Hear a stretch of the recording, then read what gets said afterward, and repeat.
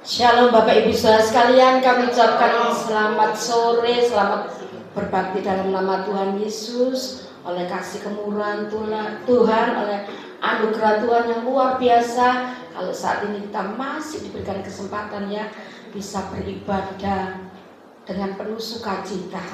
Di nama Tuhan kita akan berdoa dan menyerahkan ibadah ini sepenuhnya dalam tangan Tuhan, supaya Tuhan berkarya atas kita.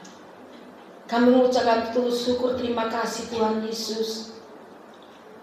Betapa besar kasih-Mu Tuhan atas kami. Engkau rela mati untuk kami, tapi Engkau sudah bangkit Tuhan. Engkau sudah berikan penolong buat kami Tuhan, yaitu Roh Kudus, senantiasa membimbing kami, menuntun kami, memberikan kami selalu penghiburan, kekuatan Tuhan Yesus melalui Roh Kudus-Mu Tuhan. Tuhan Yesus, kami menyerahkan ibadah ini sepenuhnya dalam tangan-Mu Tuhan. Kami juga menyerahkan Tuhan sepenuhnya dalam tangan-Mu Tuhan, akan saudara kami yang masih di dalam perjalanan Tuhan Yesus. Tuhan hentar sampai tempat ini dengan selamat, untuk kami siap memuji, memuliakan nama-Mu, terlebih mendengarkan firman-Mu. Kalau pada saat ini Tuhan menghadapi perjamuan kudus Tuhan, ampuni segala dosa kesalahan kami Tuhan. Layakkan Tuhan untuk kami menerima perjamuan kudus ini Tuhan. Kami percaya Tuhan, yang sakit disembuhkan, yang menghadapi masalah Tuhan pasti tolong, karena hanya berharap kepadamu Tuhan. Melalui bilur-bilur-Mu, melalui darah Tuhan Yesus sanggup menolongnya. Terima kasih Tuhan Yesus. Terima kasih Tuhan.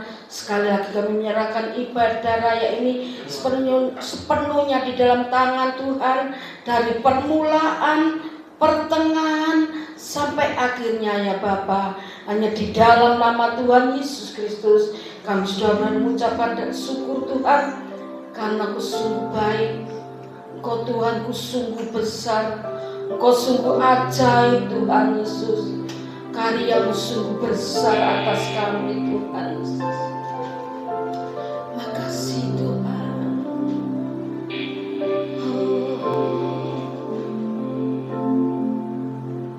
Tuhan, Kau sungguh besar, karya-Mu sungguh ajaib.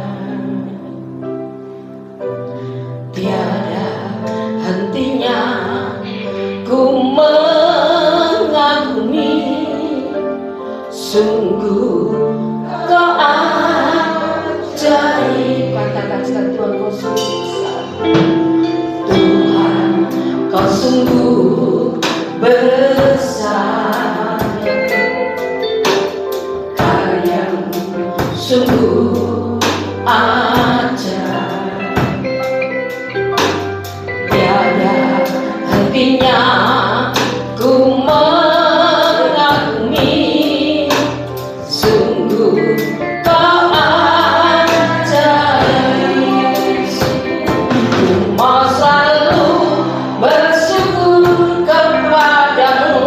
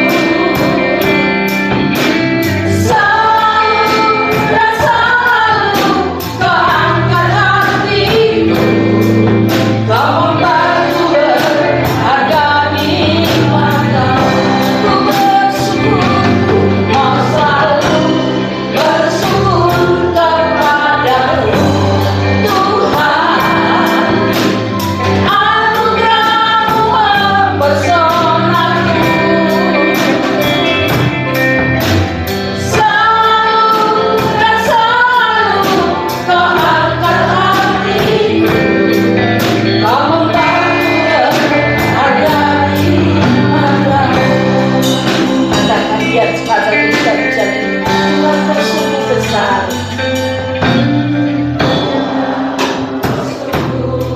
Ya Tuhan, Kau sungguh besar. Karena karyamu sungguh ajaib.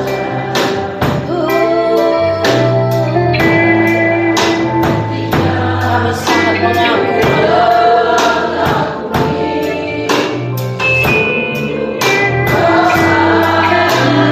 Katakan sekali, Tuhan Kau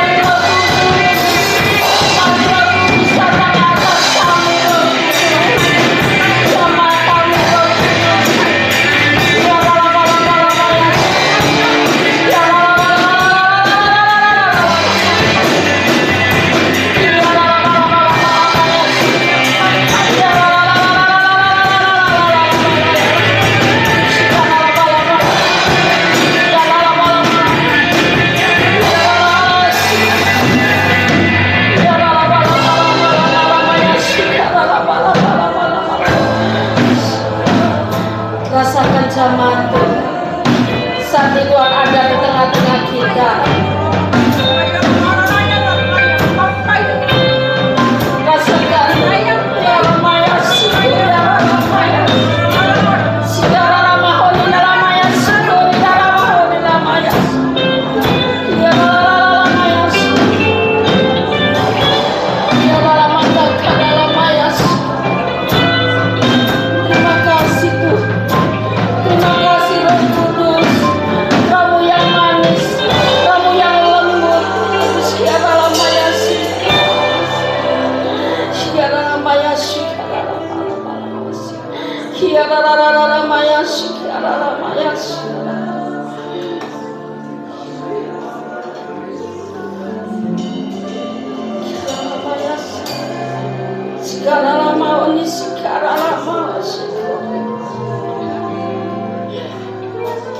Kamu sebagai penolong dalam hidup kami Tuhan. Tanpamu kami tidak mampu Tuhan Yesus. Kau mengirimkan sebagai penolong Tuhan. Kau sudah naik ke surga Tuhan Yesus. Kau telah menyediakan buat kami Tuhan. Ya lama tak lama osikon lama osikin ayam.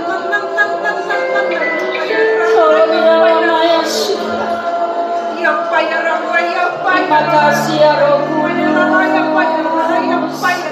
Mengalirlah atas kami Roh Kudus. Kami rindu sama-Mu Roh Kudus. Curahkan Roh-Mu atas kami Tuhan. Ya dalam mayasih lama sikoni lama hosikoni lama. Terima kasih Tuhan. Terima kasih Tuhan. Terima kasih Tuhan Yesus. Itu besar kasih-Mu. Terima kasih Tuhan. Terima kasih, terima kasih. Terima kasih. Terima kasih. Ku mau selalu bersyukur kepadamu Tuhan. Anugerah-Mu mempesonaku.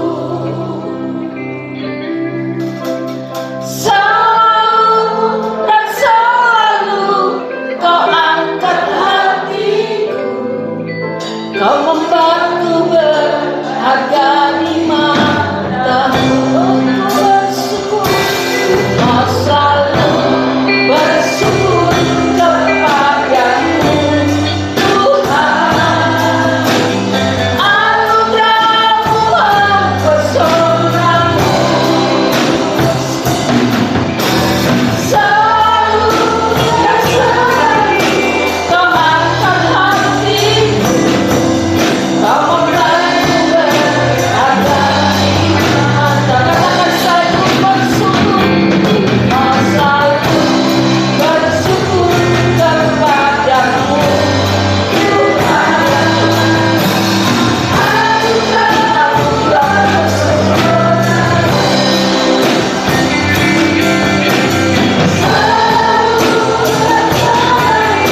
Kau angkat hatiku.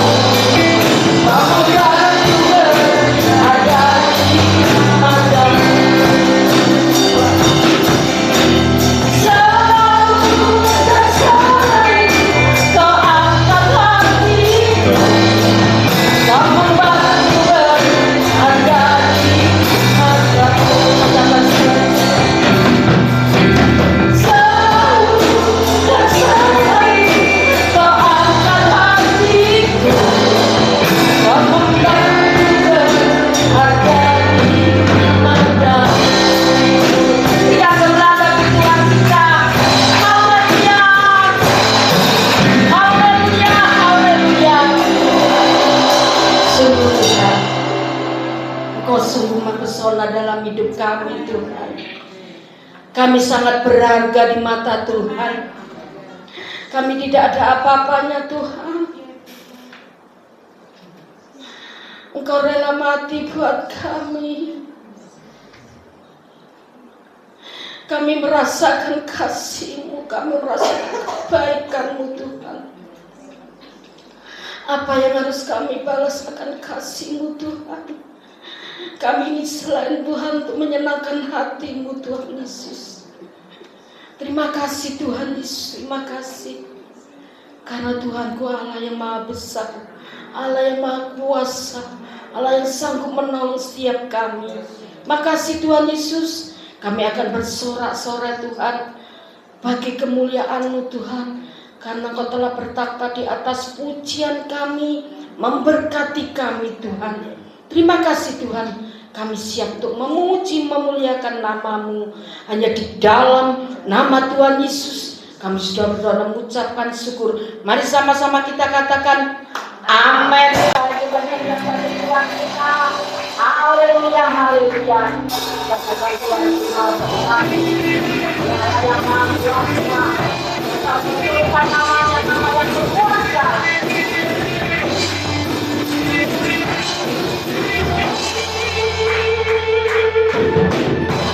Tuhanku maha besar, Tuhanku maha kuasa, Raja segala raja. Dia takkan tergoyahkan, Dia takkan terkalahkan. Dia hidup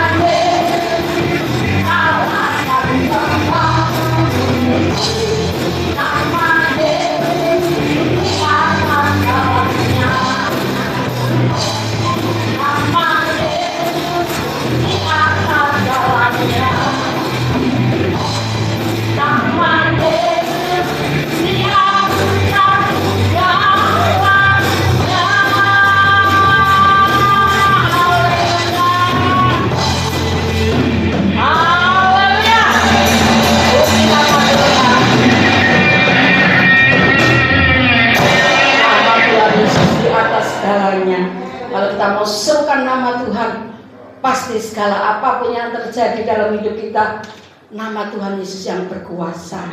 Maka kita siapkan untuk kita menerima firman Tuhan, sebagai nasihat firman Tuhan yang selalu menguatkan kita. Makasih Tuhan, makasih Tuhan.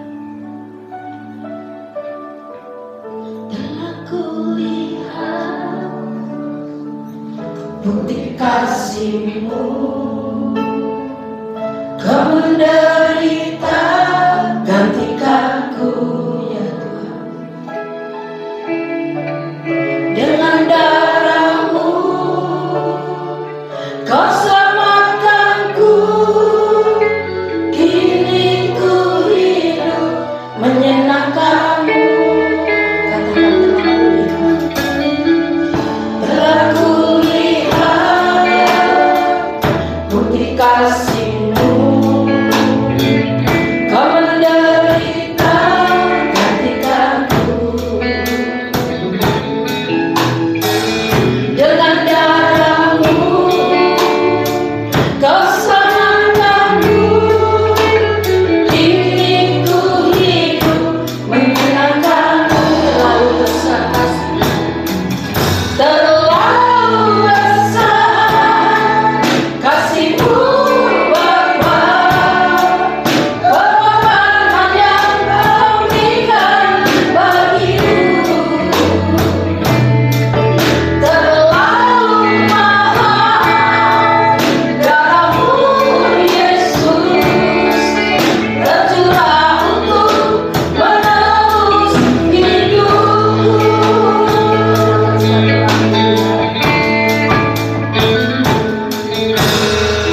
Telah ku lihat bukti kasih-Mu, Kau menderita gantikanku. Dengan darah-Mu Kau selamatkanku, kini ku hidup menyenangkan-Mu.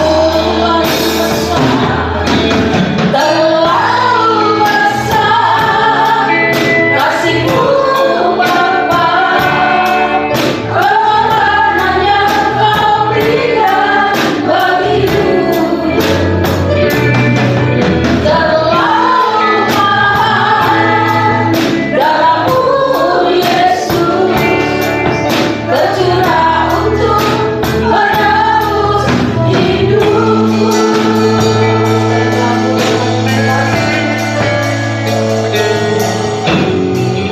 Telah ku lihat bukti kasih-Mu, Kau menderita gantikanku. Dengan darah-Mu Kau selamatkanku, kini ku hidup menyenangkan-Mu. Terlalu besar kasih-Mu Bapa, pengorbanan yang Kau berikan bagiku. Terlalu mahal darah-Mu Yesus, tercurah untuk menebus hidupku. Katakan terlalu besar.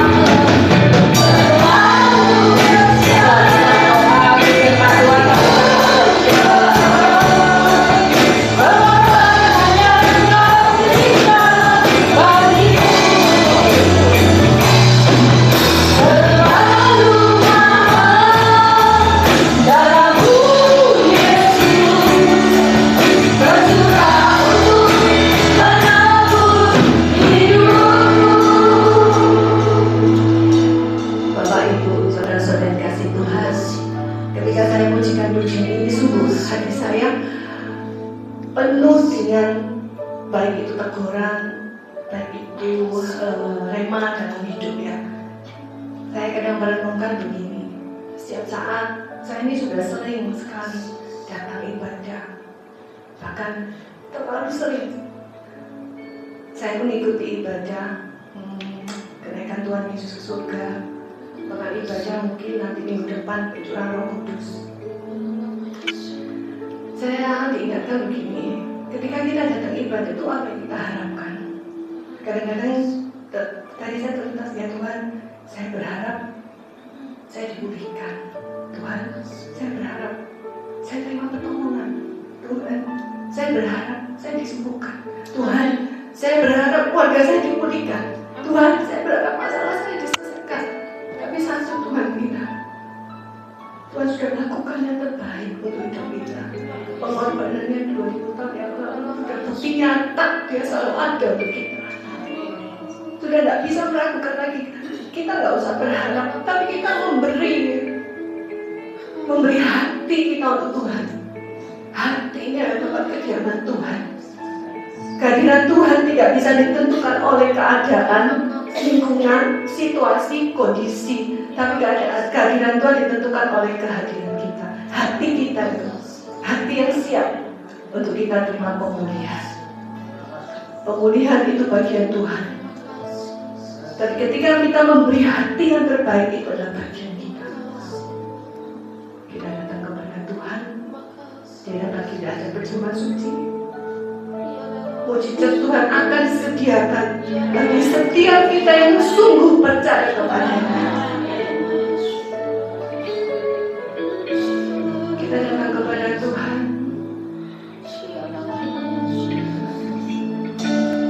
Jemaat sendiri pujian-pujian ini dengan segenap hati. Hallelujah.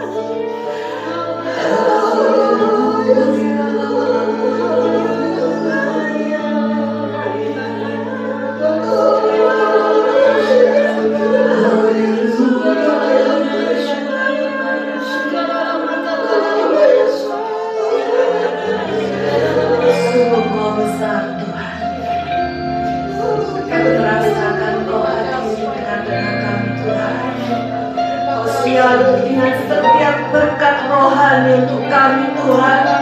Kami sungguh meyakini ketika berkat rohani Kau berikan dalam hidup kami, maka berkat jasmani tidak perlu kami khawatirkan Tuhan. Hanya saja mengatakan Kau besar, berpadamu ajaib, tiada seperti Engkau. Katakan tiada seperti Engkau, tiada seperti Engkau. Kau besar, berpadamu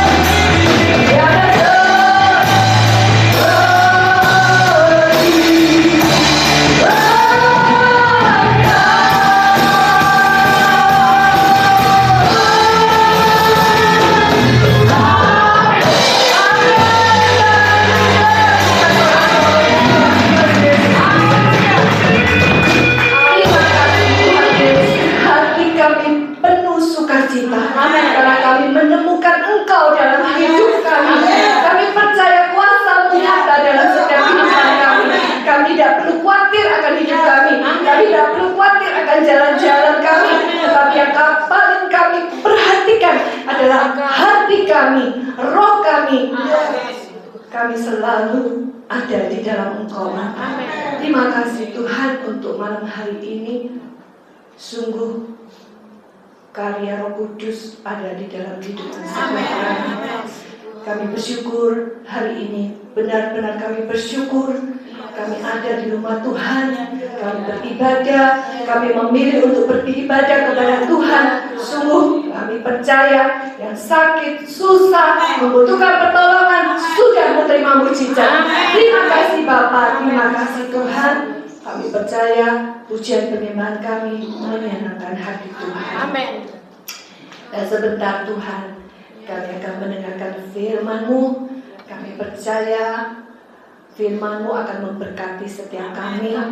Karena Roh Kudus sudah bekerja menguasai hati, pikiran, roh kami, sehingga kami boleh membuka hati kami sekali lagi, siap ditanami dengan benih firman-Mu, sehingga firman-Mu menjadi berkat dan menjadi rema dalam kehidupan kami. Mari Roh Kudus terus beracara untuk terus menuntun kehidupan kami. Kami berdoa sebentar untuk hamba-Mu Bapak Gembala yang Tuhan sudah persiapkan untuk menjadi berkat firman Tuhan bagi setiap kami. Biar Tuhan urapi dengan urapan Roh Kudus, dengan hikmat marifat daripada Tuhan Yesus, sehingga apa yang menjadi kehendak hati-Mu Tuhan boleh disampaikan melalui Bapak Gembala, dan kami boleh mengerti apa yang harus kami lakukan dalam kehidupan kami pribadi lepas pribadi. Terima kasih Tuhan, terima kasih Bapa. Kami percaya juga nanti persekutuan dengan tubuh dan darah-Mu akan ada satu mujizat yang luar biasa. Kau telah mempersiapkan hamba-hamba-Mu, dan kami percaya berkat urapan dari Bapak Gembala turun mengalir sampai kepada setiap kami. Terima kasih Tuhan, terima kasih. Di dalam nama Tuhan Yesus kami sudah berdoa. Amin. Silakan duduk kembali. Ya, silakan duduk kembali Bapak Saudara. Shalom, puji Tuhan.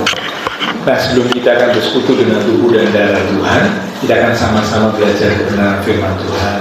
Judul renungan firman Tuhan pada hari ini adalah semakin indah di dalam kesesakan.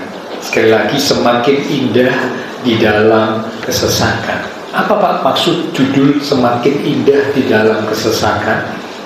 Siapa manusia yang hidup di dunia ini tidak pernah mengalami kesulitan atau masalah atau kesesakan? Jawabannya tidak ada. Semua orang yang hidup di dunia ini pasti pernah, bahkan sering mengalami kesesakan, masalah. Tidak terkecuali juga kita umat-umat Tuhan. Karena memang kalau Bapak Ibu baca di Alkitab, tidak pernah Tuhan berkata kalau jadi umat Tuhan tidak akan mengalami masalah. Kalau jadi umat Tuhan semua pasti selalu berjalan dengan mulus, dengan lancar. Tidak pernah Tuhan berkata seperti itu. Tidak pernah Alkitab berkata seperti itu. Jadi umat Tuhan tetap ada masalah yang harus kita hadapi. Ya. Nah sekarang pertanyaannya, ketika masalah terjadi dalam hidup kita sebagai umat Tuhan, bagaimanakah reaksi kita, tanggapan kita, respon kita terhadap masalah yang kita alami? Sikap, reaksi, respon kita itu akan menentukan apakah masalah yang kita hadapi membuat kita terpuruk, jatuh, bahkan hancur, atau sebaliknya, respon, sikap, reaksi membuat masalah yang kita hadapi menjadikan hidup kita semakin indah di hadapan Tuhan. Pilihan ada pada kita. Ya, nah karena itulah judul perenungan firman Tuhan pada hari ini adalah semakin indah di dalam kesesakan. Artinya kalau Tuhan izinkan ada kesesakan, Tuhan rindu Bapak Ibu Saudara menjadi umat-umat Tuhan yang semakin indah di hadapan Tuhan. Karena kesesakan masalah tidak membuat kita terpuruk, tidak membuat kita jatuh, tidak membuat kita hancur, tapi masalah membuat kita semakin berkenan di hadapan Tuhan. Kita akan membuka Alkitab dari 1 Petrus pasal yang pertama di ayat yang ke-6 sampai dengan ayat yang ke-7.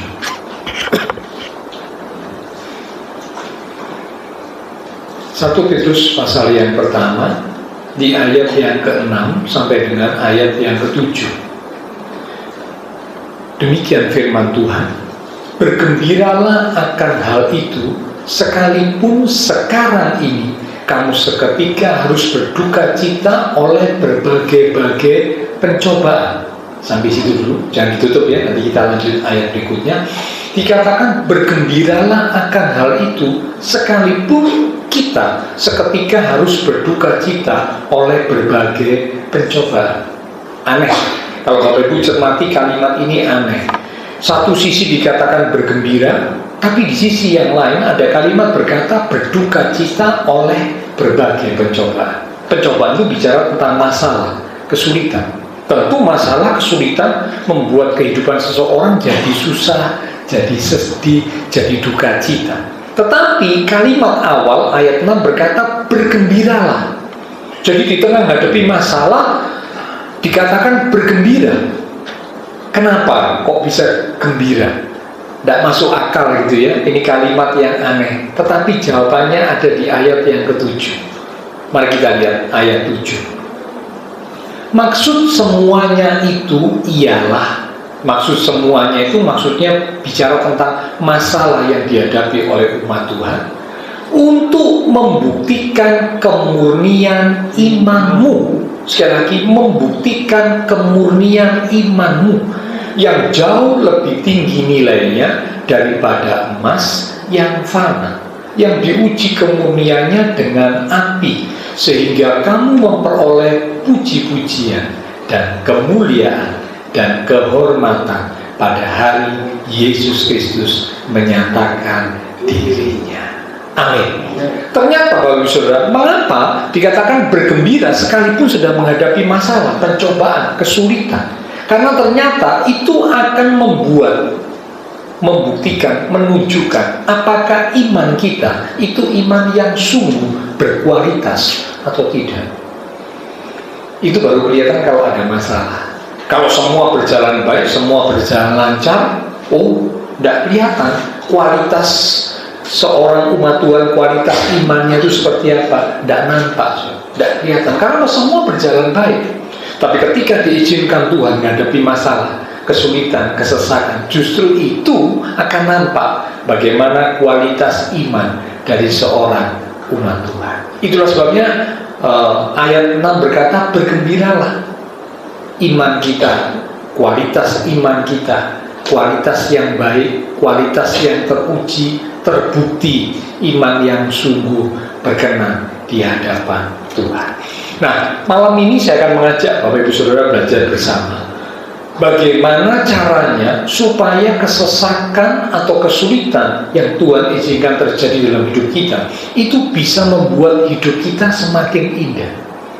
Kami seringkali menjadi pertanyaan setiap umat Tuhan, Pak, kalau saya menghadapi masalah seringkali malah membuat saya jadi terpuruk, iman saya jadi lemah, ya, rohani saya jadi lemah ketika diizinkan Tuhan menghadapi masalah. Padahal dikatakan Tuhan rindu supaya setiap kita sebagai umat Tuhan ketika diizinkan Tuhan menghadapi masalah, kesulitan, kesesakan, kita jadi semakin indah di hadapan Tuhan. Ayo kita akan belajar bersama, saudara, bagaimana caranya supaya kesesakan, kesulitan di dalam hidup kita tidak membuat kita terpuruk, tapi justru membuat kita semakin indah di hadapan Tuhan. Kita lihat satu kisah di dalam Kisah Para Rasul pasal yang ke-27. Bapak Ibu beri sekat Kisah Para Rasul pasal 27 karena ada beberapa ayat yang akan kita lihat dan kita belajar bersama malam ini. Kisah Para Rasul pasal 27 di ayat yang ke-15. Judul perikopnya kapal terkandas. Ayat 15, lompat langsung ya. Kapal itu dilandanya dan tidak tahan menghadapi angin haluan. Karena itu kami menyerah saja dan membiarkan kapal kami terombang-ambing. Ya, terjemah lain berkata kapal kami terhanyut. Kisahnya ini kalau Bapak Ibu baca lengkapnya ya, itu perjalanan Rasul Paulus naik kapal, bukan pesiar, bukan jalan-jalan, bukan rekreasi, bukan. Tapi Rasul Paulus naik kapal karena waktu itu sebelumnya Rasul Paulus ini kan sempat ditangkap oleh ahli-ahli Taurat yang memusuhi imam-imam kepala, orang-orang Yahudi yang memusuhi Rasul Paulus, membuat Rasul Paulus ditangkap dan hendak diadili, hendak dihukum. Tapi Paulus naik banding. Paulus berkata, aku ini orang Roma, orang Rom, orang Roma. Bagaimana mungkin kamu bisa menghakimi, mengadili aku? Aku ini orang Roma. Nah, ketika orang-orang Farisi, imam-imam kepala ahli Taurat mendengar hal itu, mereka kaget. Wah iya, Paulus sebagai orang Roma, mereka tidak berhak untuk mengadili atau menghakimi. Maka Paulus dikirim ke Roma, kota Roma. Di sana nanti Paulus baru akan dihakimi, diadili.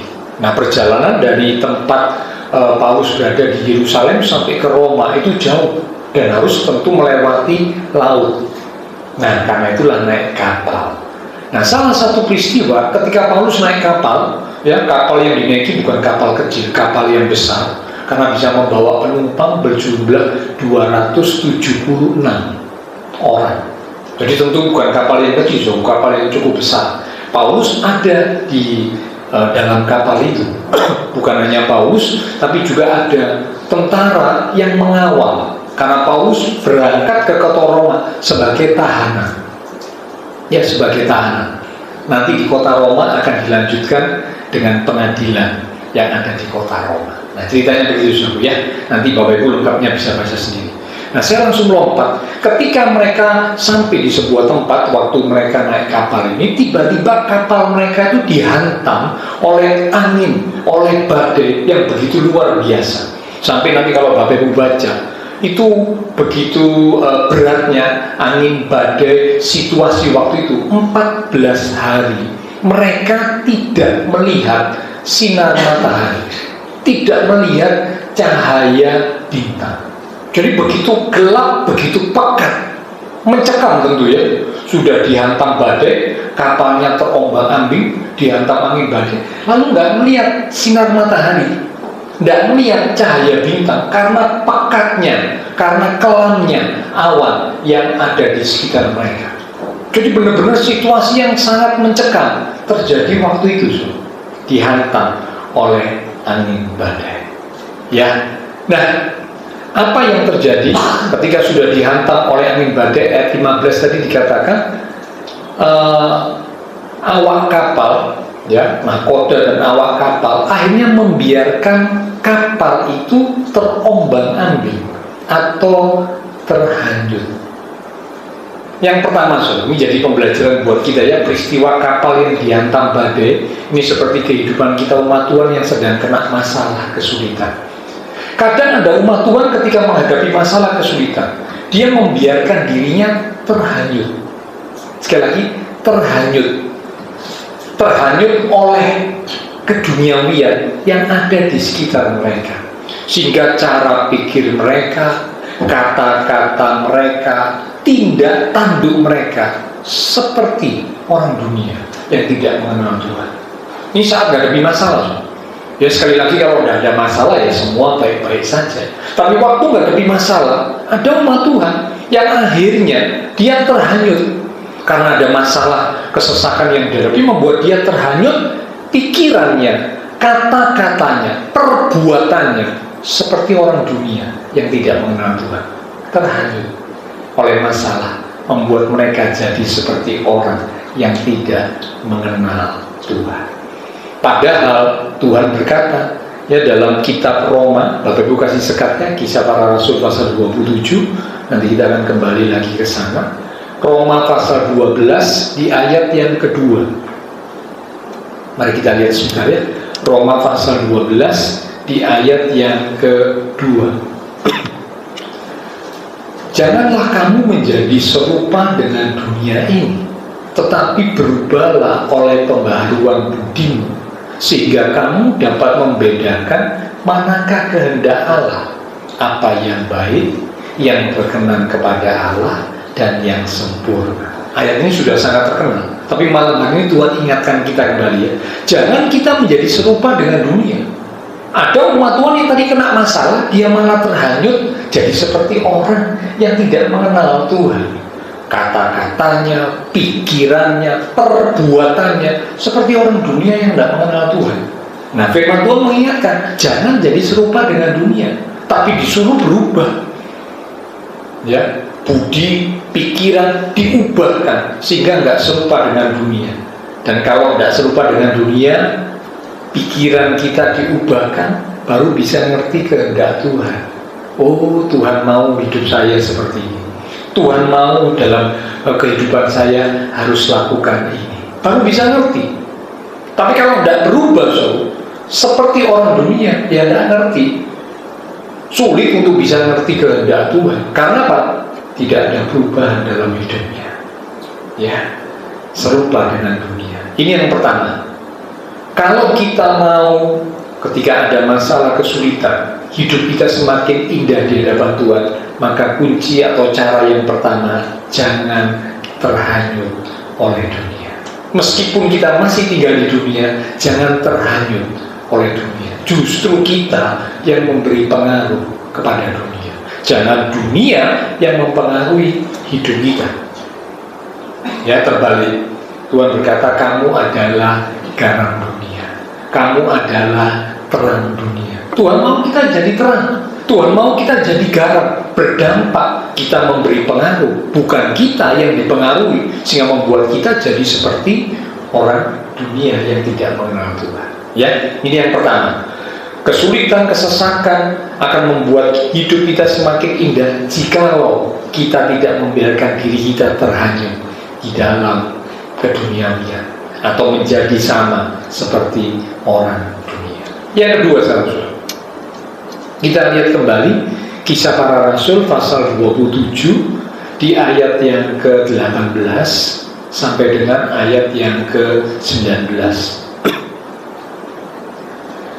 Karena kami sangat hebat diombang-ambingkan angin badai, Maka pada keesokan harinya mereka di sini adalah awak kapal dan juga penumpang kapal itu mulai membuang muatan kapal ke laut.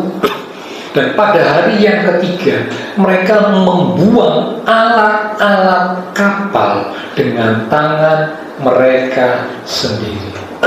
Saya percaya kalau kapal itu tidak mengalami badai, tidak mungkin muatan dibuang. Muatan ini bukan hanya soal pakaian, ya, koper, bawaan, bukan hanya itu, termasuk bahan makanan. Itu muatan, ya, tidak mungkin dibuang karena itu diperlukan oleh mereka untuk perjalanan mereka.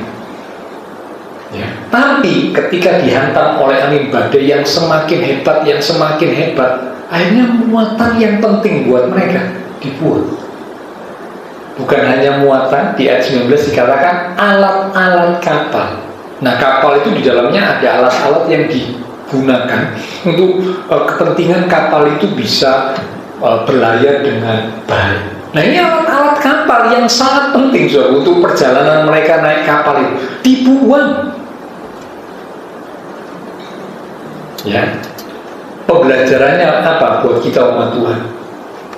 Seringkali ada umat-umat Tuhan ketika menghadapi masalah kesulitan, mereka membuang hal-hal yang berharga dalam hidupnya. Seperti ini, awak kapal dan penumpang kapal yang berharga dibuang satu persatu. Muatannya pertama dibuang. Lama-lama bukan cuma muatan, alat-alat kapalnya juga ikut dibuang. Padahal ini sangat penting buat mereka. Ada umat-umat Tuhan, mereka membuang hal-hal yang berharga dalam hidupnya ketika Tuhan izinkan mereka menghadapi masalah kesulitan. Ayo kita lihat apa salah satu contoh hal yang berharga dalam kehidupan umat Tuhan. Amsal pasal 3 di ayat yang ketiga. Ini salah satu contoh hal yang berharga dalam kehidupan umat Tuhan itu apa? Yang seharusnya tidak boleh dibuang, tapi ini dibuang. Amsal 3 ayat 3. Janganlah kiranya kasih dan setia meninggalkan engkau.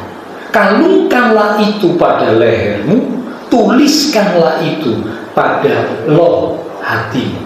Dikatakan janganlah kiranya kasih dan setia meninggalkan engkau. Ada umat Tuhan ketika menghadapi masalah, kasihnya malah dibuang. Ini padahal hal yang berharga, kasih. Ya, kalau saudara baca, Tuhan berkata hukum yang terutama itu adalah kasih. Kasih kepada Tuhan, kasih kepada sesama. Loh, kasihnya malah dibuang karena mengalami masalah, kesulitan, kesesakan. Seperti tadi itu, awak kapal dan penumpang kapal, muatan yang penting dibuang. Bahkan alat kapal yang sangat penting juga dibuang. Kasih mulai dibuang. Ini hal yang berharga mulai dibuang. Kesetiaan mulai dibuang, ditinggalkan. Ya, padahal ini hal yang penting. Ya. Nah, Tuhan mau hal-hal yang berharga seperti ini justru jangan dibuang. Satu ayat lagi ya, apalagi yang berharga Pak? Amsal 4 ayat yang ke-6. Amsal 4 ayat yang ke-6. Janganlah meninggalkan hikmat itu, maka engkau akan dipeliharanya. Kasihlah dia, maka engkau akan dijaganya. Jangan meninggalkan hikmat, jangan membuang hikmat. Nah, tentu hikmat yang dimaksud sini bukan hikmat manusia, bukan ya, karena Amsal ini bicara tentang hikmat yang dari Tuhan. Ya, di pasal 2 ayat 6 kita lihat sebentar ya. Saya buktikan bahwa hikmat ini yang dimaksud Amsal adalah hikmat yang dari Tuhan. Amsal 2 ayat 6. Amsal pasal 2 ayat 6. Karena Tuhanlah yang memberikan hikmat, dari mulutnya datang pengetahuan dan kepandaian. Jadi di pasal 2 Amsal berkata hikmat itu datang dari Tuhan. Jadi tentu yang dimaksud hikmat di sini bukan hikmat dari manusia, bukan. Ya, jadi di pasal 4 tadi yang kita baca, jangan meninggalkan hikmat. Ini bukan bicara hikmat manusia. Kalau hikmat manusia ini hikmat yang terbatas. Hikmat manusia bisa salah. Bahkan hikmat manusia itu seringkali salah, keliru. Mengapa? Karena terbatas. Pikiran kita, kepandaian kita itu terbatas. Jadi bisa salah, bahkan seringkali salah. Tapi hikmat yang dimaksud oleh Amsal adalah hikmat yang datang dari Tuhan. Jangan meninggalkan hikmat, jangan membuang hikmat, maka engkau akan dijaganya. Nah, ini hal yang penting lain-lain, saudaraku ya. Hal yang berharga yang perlu disimpan. Supaya apa? Kalau ada kesesakan masalah, tidak membuat hidup kita terpuruk, tapi malah membuat hidup kita jadi semakin indah di hadapan Tuhan. Pelihara kasih, kesetiaan, hikmat yang dari Tuhan. Ya. Di Amsal pasal 21 ayat yang ke-21. Ayo kita lihat ya, Amsal pasal 21 di ayat yang ke-21.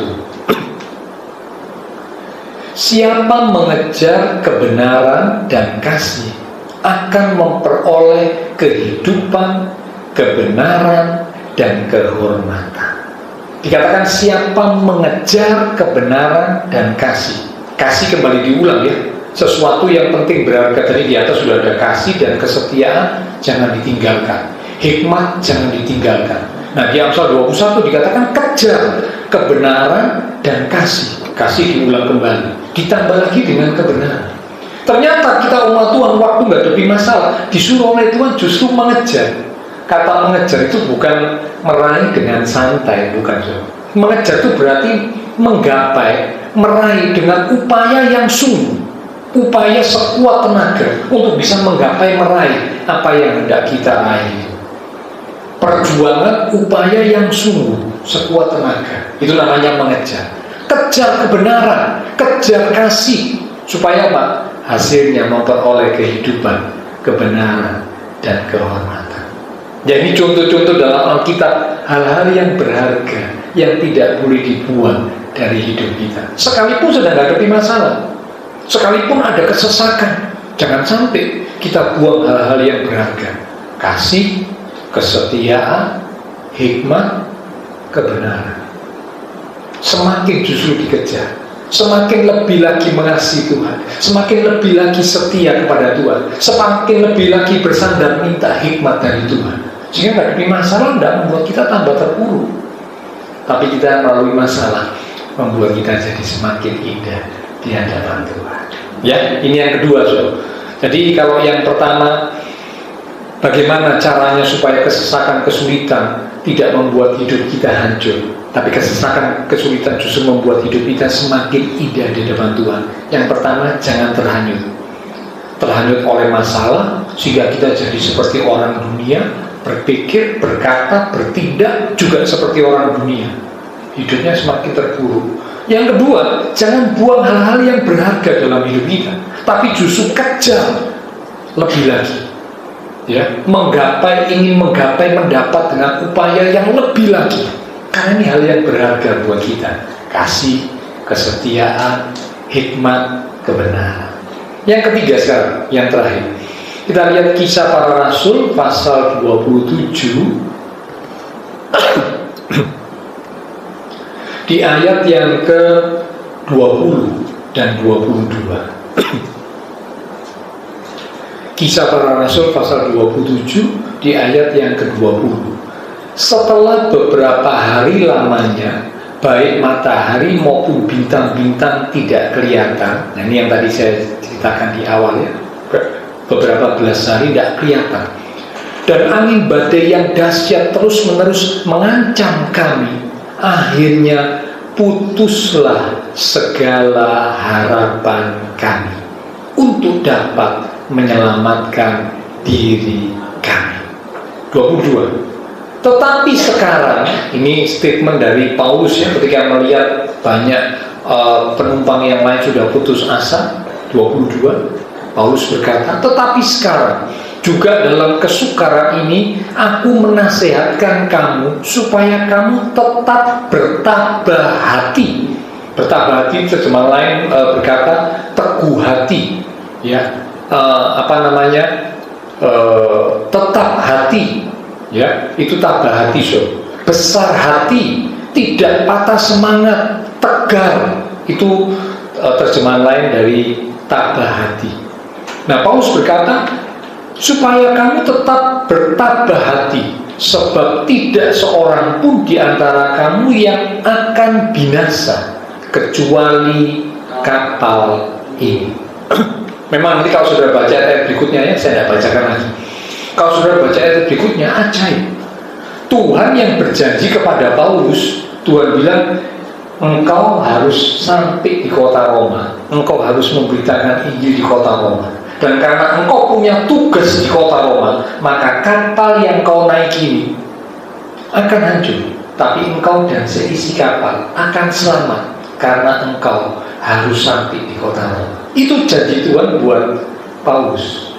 Dan memang benar kalau saudara baca berikutnya, ya, ajaib. Sudah sekian belas hari tidak melihat sinar matahari, tidak melihat cahaya bintang, karena pekatnya awan, ya, badai menghantam mereka. Wah, sudah tidak karu-karuan, sampai yang berharga dibuang itu kan sudah berarti wah sudah, ya, tidak karu-karuan. Tapi tetap Tuhan bilang selamat karena Paulus harus sampai di kota Roma. Dan benar, ayat berikutnya kalau Bapak Ibu baca, mereka bisa mendarat di sebuah pulau, ya. Pulau itu namanya Pulau Malta, ya. Semua 276 orang itu tidak ada yang mati, tidak ada yang binasa, semua selamat bisa mendarat di Pulau Malta. Tapi kapal yang mereka naiki hancur, kapalnya hancur. Wah, ini luar biasa, ya. Janji Tuhan digenapi untuk Paulus. Nah, kita kembali dulu. Jadi ternyata waktu itu penumpang kapal, awak kapal selain Paulus semuanya putus asa, kehilangan harapan karena situasi yang seperti itu. Seringkali juga umat Tuhan begitu juga, waktu ada masalah, ada tantangan, kesulitan, apalagi kesulitannya besar, kesulitannya semakin besar, wah, akhirnya sampai pada satu titik putus asa, merasa tidak ada harapan, sudah tidak mungkin bisa ditolong, tidak mungkin bisa diselesaikan, tidak mungkin, terlalu berat, terlalu besar masalahnya. Lupa bahwa kita punya Tuhan yang besar, lebih besar daripada masalah yang kita hadapi. Sudah ingat waktu Israel dikejar oleh Mesir, di hadapan mereka ada laut Teberau, laut kosong, secara manusia tidak ada jalan. Di depan laut, di belakang pasukan Mesir sudah semakin dekat, hendak mengejar, menangkap dan membunuh mereka. Jalan buntu menurut pikiran manusia. Tapi Tuhan buat jalan. Laut itu airnya bisa dibelah. Dalam sejarah belum pernah terjadi. Tapi bagi Tuhan tidak ada yang mustahil. Air laut bisa terbelah, tidak mungkin ini, ya. Kalau menurut akal pikiran manusia tidak mungkin. Tapi bagi Tuhan tidak ada yang mustahil. Yang tidak mungkin pun kalau Tuhan mau bisa terjadi. Karena Tuhan lebih daripada apa yang kita pikirkan. Kalau Dia hanya bisa melakukan apa yang kita pikirkan, itu berarti bukan Tuhan, itu manusia. Justru karena Dia Tuhan, maka Dia bisa melakukan apa yang tidak kita pikirkan, karena Dia Allah yang Maha Besar. Nah, orang-orang yang ada dalam kapal semuanya sudah putus asa, mereka sudah kehilangan harapan. Tapi Paulus berkata, tetap tabah, tegar, jangan patah semangat. Yang ketiga, kalau kita mau supaya masalah kesulitan tidak menghancurkan hidup kita, tapi masalah kesulitan yang Tuhan izinkan terjadi justru membawa hidup kita semakin indah, kualitas iman kita semakin terbukti, iman kita semakin teruji, maka yang ketiga, jangan pernah putus asa. Sesulit apapun, seberat apapun masalah kesesakan yang kita hadapi, jangan pernah putus asa, karena kita punya Tuhan. Ya, di Ibrani pasal 12, ayo kita lihat, ya. Ibrani pasal 12 di ayat yang ketiga. Maaf, sebelum itu ada satu ayat, ya, yang saya kelewatan. Nanti baru kita baca Ibrani 12 ayat yang terakhir, ya. 2 Korintus 4 ayat 8. 2 Korintus 4 ayat 8. Dalam segala hal kami ditindas, namun tidak terjepit. Kami habis akal, namun tidak putus asa. Kalimat ini aneh, ya. Ditindas, tapi tidak terjepit. Orang biasanya kalau sudah ditindas, dia pasti merasa terjepit. Tapi kalimat ini berkata, kami ditindas, tapi tidak terjepit. Berikutnya, kami habis akal. Orang kalau sudah habis akal berarti sudah tidak bisa mikir lagi, ya. pikirannya ini sudah mentok gitu ya, pikirannya itu sudah jedok sudah tidak tahu harus mikir apa lagi karena semua sudah dipikirkan, tidak ada jalan keluar, tidak semakin baik, jadi pikirannya sudah jedok, sudah mentok. Tapi yang luar biasa dikatakan, sekalipun habis akal tapi tidak putus asa. Biasanya orang kalau sudah kehabisan akal, sudah tidak bisa mikir lagi, biasanya yang ada cuma satu, putus asa. Karena sudah tidak ada lagi bisa dipikir. Yang dipikirkan semua sudah dicoba, tidak bisa, tidak mampu untuk menyelesaikan. Jedok sudah, pikirannya sudah paling mentok sudah, tidak tahu lagi mesti apa. Tapi Paulus berkata ini di 2 Korintus 4 ayat 8, sekalipun ditindas tidak terjepit, sekalipun habis akal, sudah pikirannya tidak bisa lagi berpikir, namun tetap tidak putus asa. Mengapa itu kok bisa terjadi? Ayo kita buka ini, Ibrani 12 ayat 3. Ini ayat yang terakhir ya. Setelah ini pelayan mimbar, pelayan bersama Roh Kudus, silakan maju ke depan. Ibrani pasal 12 di ayat yang ketiga. Ingatlah selalu akan Dia. Dia ini bicara tentang Tuhan Yesus ya, yang tekun menanggung bantahan yang sehebat itu terhadap dirinya dari pihak orang-orang berdosa. Perhatikan kalimat berikut, supaya jangan kamu menjadi lemah dan putus asa. Jadi kenapa ya ketika ada masalah tantangan yang membuat seseorang kelihatannya tertekan, tapi bisa tidak terjepit ya. Demikian juga dikatakan sampai habis akal ya, tapi tidak putus asa. Kenapa? Karena dikatakan Ibrani 12 ayat 3, ingatlah selalu akan Tuhan. Orang yang terus mengingat akan Tuhan, sekalipun ada masalah kesulitan, dikatakan tidak menjadi lemah dan putus asa. Ya, ini jadi satu motivasi buat kita, mengingatkan kita. Kalau Bapak Ibu Saudara mungkin sedang menghadapi masalah, Tuhan izinkan ada sesuatu terjadi dalam hidup kita, tetap ingat Tuhan. Ya, kalau kita ingat Tuhan, meskipun masalahnya besar kayak apa, habis akal, tapi tetap tidak putus asa karena ingat akan Tuhan. Ya, biarlah kebenaran firman Tuhan boleh jadi berkat untuk kita sekalian. Inilah 3 cara kalau Bapak Ibu Saudara dan saya rindu untuk jadi umat-umat Tuhan yang meskipun diizinkan Tuhan menghadapi masalah, tantangan, kesulitan, kesesakan, namun hidup kita bisa semakin indah di hadapan Tuhan. Yang pertama, jangan lupa, jangan terhanyut. Jangan terhanyut sehingga akhirnya jadi seperti orang yang tidak kenal Tuhan. Jangan. Yang kedua, jangan buang hal-hal yang berharga dalam hidup kita. Kasih, kesetiaan, hikmat, kebenaran, jangan dibuang, justru malah dikejar lebih lagi. Dan yang ketiga, yang terakhir, jangan putus asa, jangan kehilangan pengharapan, karena kita punya Tuhan yang mampu melakukan segala perkara. Mari kita akan datang kepada Tuhan. Silakan pelayan-pelayan Tuhan maju ke depan. Kita siapkan hati kita, sebentar akan bersekutu dengan tubuh dan darah Tuhan. Lewat satu pujian kita akan katakan,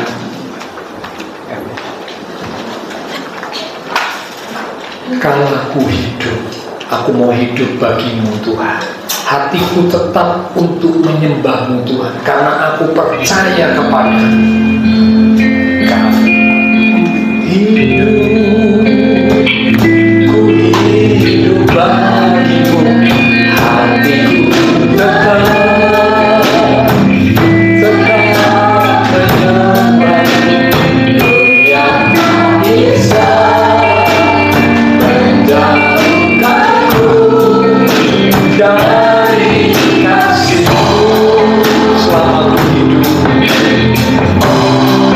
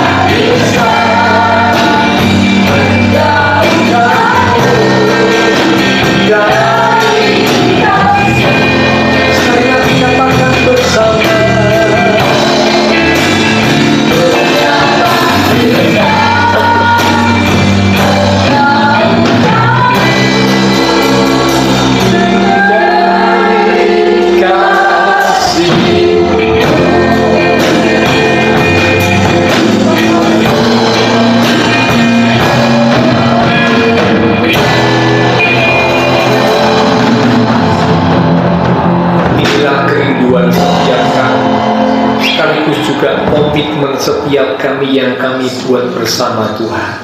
Kami rindu supaya kami boleh tetap melekat kepadamu. Selama kami hidup, kami mau tetap menyembah Tuhan. Kami mau tetap memandang Tuhan. Tidak ada satupun yang bisa memisahkan kami dari kasih Kristus. Apapun itu Tuhan, termasuk ketika Tuhan mengizinkan masalah, tantangan, kesulitan terjadi dalam hidup kami. Seringkali masalah, tantangan, kesulitan membuat iman umat Tuhan terpuruk, membuat umat Tuhan semakin jauh dari Tuhan, bahkan membuat umat Tuhan akhirnya meninggalkan Tuhan.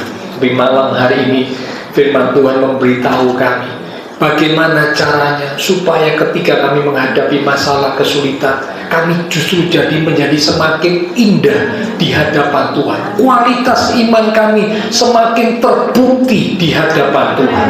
Yang pertama, firman-Mu mengingatkan supaya kami jangan terhanyut oleh masalah, sehingga akhirnya kami terhanyut hidup seperti orang-orang yang tidak mengenal Tuhan. Tapi kami mau justru kami jadi terang, jadi berkat. Kami berdampak. Kami tidak terpengaruh, tapi justru kami yang memberi pengaruh yang positif. Demikian juga Tuhan firman mengingatkan kami jangan membuang hal-hal yang berharga dalam hidup kami. Kasih, kesetiaan, hikmat, kebenaran, justru kami pegang teguh dan kami kejar lebih lagi, sehingga membuat hidup kami menjadi semakin indah di hadapan Tuhan. Demikian juga Tuhan firman-Mu mengingatkan supaya kami tidak putus asa. Secara manusia mungkin sudah habis akal, tidak tahu lagi harus melakukan apa, namun kami tetap tidak putus asa, karena kami punya Tuhan Yesus, Tuhan yang berjanji menyertai kami, Tuhan yang berjanji menopang kami, Tuhan yang berjanji memberikan kekuatan kepada kami sehingga kami boleh cakap menghadapi semuanya. Bahkan Tuhan yang berjanji memberikan kemenangan kepada kami. Jalan keluar selalu Kau nyatakan tepat waktu, karena Engkau membuat segala sesuatu menjadi indah pada waktu. Hamba terbatas untuk berkata dan menjelaskan. Roh Kudus terus akan mengingatkan firman yang sudah kami terima, sehingga ketika terjadi masalah, kesulitan, justru kami menunjukkan, membuktikan hidup kami semakin indah di hadapan Tuhan. Sementara kami akan bersekutu dengan tubuh dan darah Tuhan yang kudus. Tuhan, kami introspeksi diri kami. Jikalau ada dosa, kesalahan yang sudah kami lakukan di hadapan Tuhan, baik lewat pikiran kami, perkataan kami, perbuatan kami yang tidak berkenan di hadapan Tuhan, malam ini sebelum kami bersekutu dengan tubuh dan darah Tuhan, kami merendahkan diri di hadapan-Mu. Kami mohon pengampunan-Mu ya Tuhan. Ampuni segala dosa kesalahan yang sudah kami lakukan ya Tuhan. Ampuni kami Tuhan. Dan kami percaya jika kami mengakui segala dosa kesalahan kami dan memohon pengampunan-Mu, maka Engkau Allah yang setia dan adil. Kau berjanji untuk mengampuni kami dan menyucikan kami dari segala dosa pelanggaran kami, sehingga saudara kami dikuduskan, dilayakkan untuk kami boleh bersekutu dengan tubuh dan darah Tuhan yang kudus. Berkati roti dan anggur yang akan kami terima, kami rindukan melalui persekutuan dengan tubuh dan darah Tuhan malam ini. Iman setiap kami semakin dikuatkan, diteguhkan. Urapi setiap hamba-hamba-Mu yang akan melayani. Dengan hati yang siap, kami akan menerima tubuh dan darah Tuhan yang kudus. Dalam nama Tuhan Yesus kami sudah berdoa. Amin. Sementara tubuh dan darah Tuhan akan dibagikan, minta tolong ya. Tubuh dan darah Tuhan akan dibagikan. Nanti Bapak Ibu Saudara yang sudah menerima langsung disiapkan ya, dibuka posisinya, ayatnya dibaca ya, supaya jadi rema buat kita. Dan yang sudah terima tubuh dan darah Tuhan berdiri ya, supaya diketahui oleh para pelayan Damai Kudus. Lewat satu pujian kita katakan, Kau telah buktikan cinta-Mu padaku. Kau telah buktikan cinta-Mu padaku. Kau padaku dengan dirimu bersyukur. Yang ada padaku semuanya milik bersama. Ku bersyukur seluruh hidup.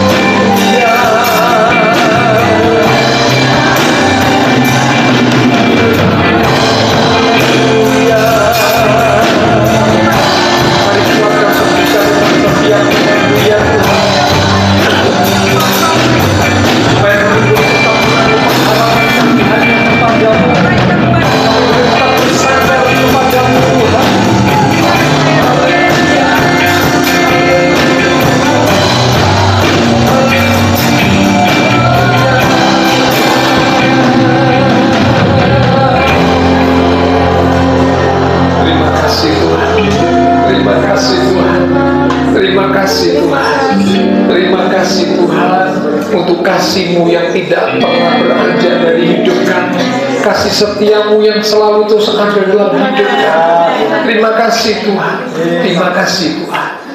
Kami percaya kebenaran kekudusan Tuhan telah melingkupi dan melayakkan setiap kami umat-umat-Mu, untuk kami boleh sebentar bersekutu dengan tubuh dan darah Tuhan yang kudus. Sekarang dengan hati pikiran yang tertuju kepada korban Kristus di atas kayu salib, kami umat-umat Tuhan siap untuk bersekutu dengan tubuh dan darah Tuhan yang kudus.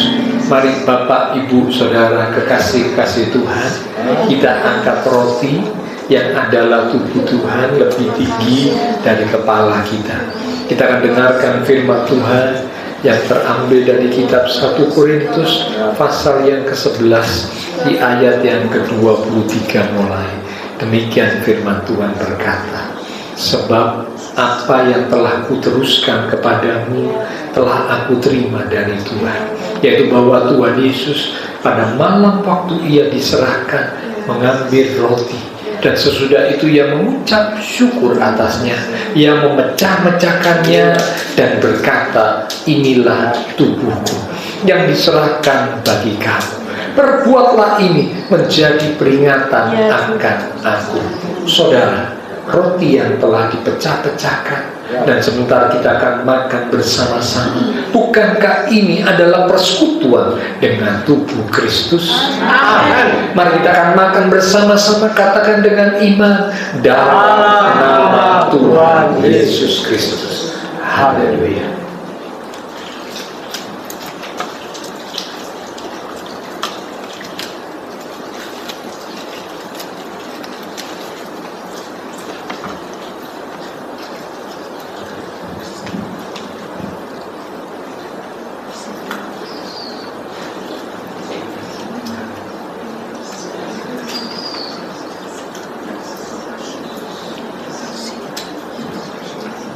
Terima kasih untuk persekutuan dengan Tuhan.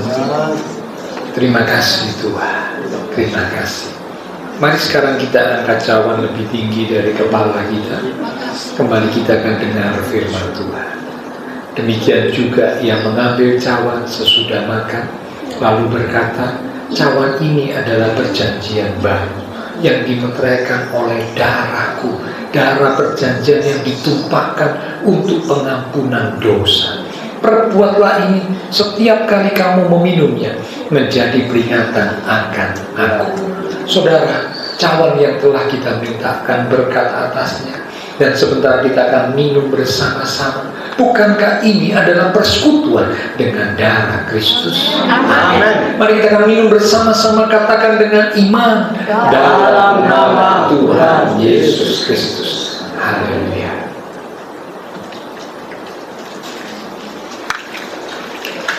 Katakan terima kasih Tuhan. Terima kasih Tuhan untuk persekutuan dengan tubuh dan darah. Terima kasih Tuhan. Terima kasih Tuhan. Terima kasih untuk persekutuan dengan tubuh dan darah Tuhan. Terima kasih Tuhan. Haleluya.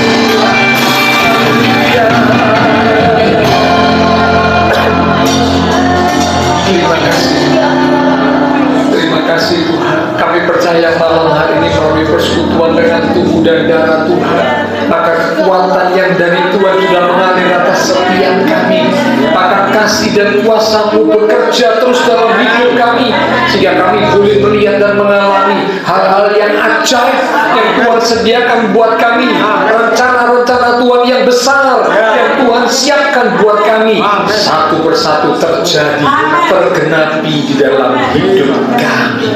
Terima kasih Tuhan, terima kasih. Terima kasih Bapa Surgawi. Kami percaya setiap umat-Mu diberkati Tuhan, diberkati iman rohani, diberkati keluarga rumah tangga, diberkati usaha pekerjaan, diberkati studi sekolah, diberkati kesehatan kami, bahkan diberkati masa depan kami.